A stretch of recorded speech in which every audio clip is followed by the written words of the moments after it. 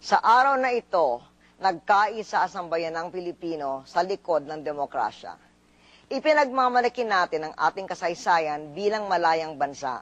Pinupuri natin ang mabotanteng nagtungo sa mga presinto upang bumoto nang walang pamimilit at ayon sa kalooban. Sangandaan din ang araw na ito para sa Pilipinas habang hinihintay natin ang paghirang ng mga nagwagi. Nagpapasalamat ako sa lahat ng kandidato, anuman ang partido o pagkiling sa politika, na nakibaka ng buong sigasig, patas at tapat para sa boto ng taong bayan. May matitinding pagtunggali sa lahat ng kampanya, subalit magmagandang loob tayo, manalo man o matalo. Para sa kapakanan ng bansa, dapat isara ang mga kabanata ng hidwaan at pagtutunggali paglabas ng hatol ng bayan at buksan ang pinto ng pambansang pagkakaisa at pagkakapit-bisig.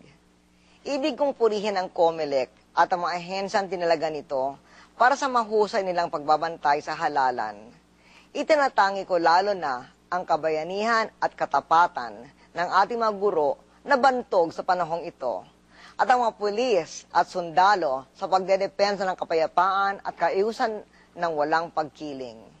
All the institutions that help the people safeguard the vote, religious, civic, professional, likewise deserve the gratitude of our nation, together with the foreign observers who came to share our passion and vigilance for democracy.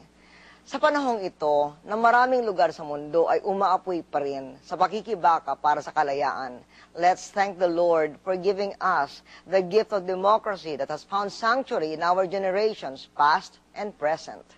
Habang tuloy nating binibilang ang ating mga biyaya sa paglago ng ekonomiya at pagtatag ng politika, magpatuloy tayo sa landas ng progreso. Mabuhay ang Pilipinas!